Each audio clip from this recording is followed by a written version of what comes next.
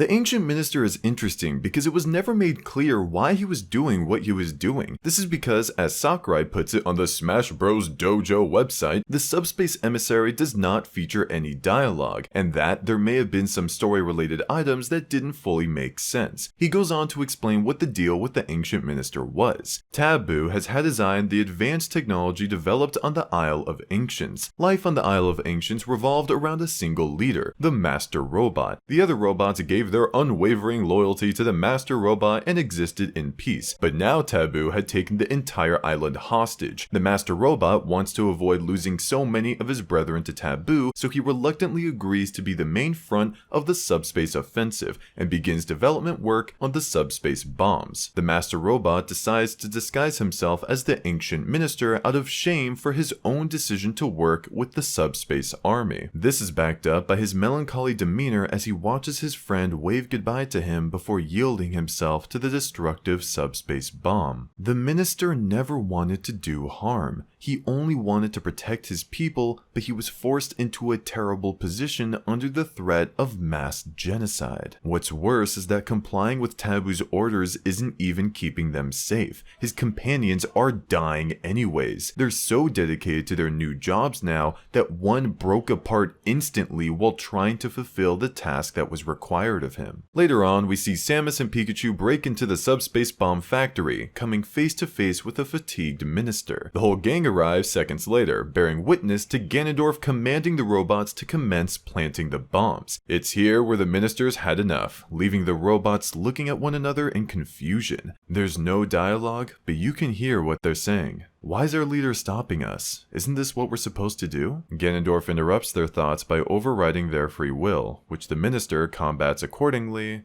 and then...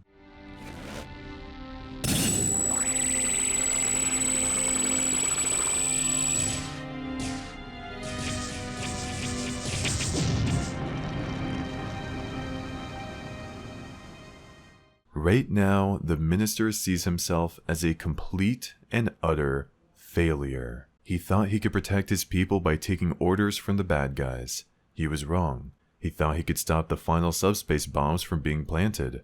He was wrong. In the end, his companions were all mind-controlled and laid fire upon him. Did he fight back? No, not at all, because they're still his friends, albeit ones that he accepts can no longer be saved from the dark oblivion that's nigh upon them. With the echoes of Ganondorf's laughter heard throughout the chamber, everyone does their best to stop all the robots, but to no avail. But you know what the minister does despite everything he's been through? He takes it upon himself to fight back against Taboo, re-emerging as Rob. He makes one final attempt to communicate to his mind-controlled friends, which sadly ends in failure, but darn it, he knows that he's gotta live on in all their names as the last of their kind. If that's not worthy of respect, then I don't know what is. What an awesome character arc and what an awesome part of the subspace story. Thank you, and I'll see you tomorrow for more of the June Zoom. Take care.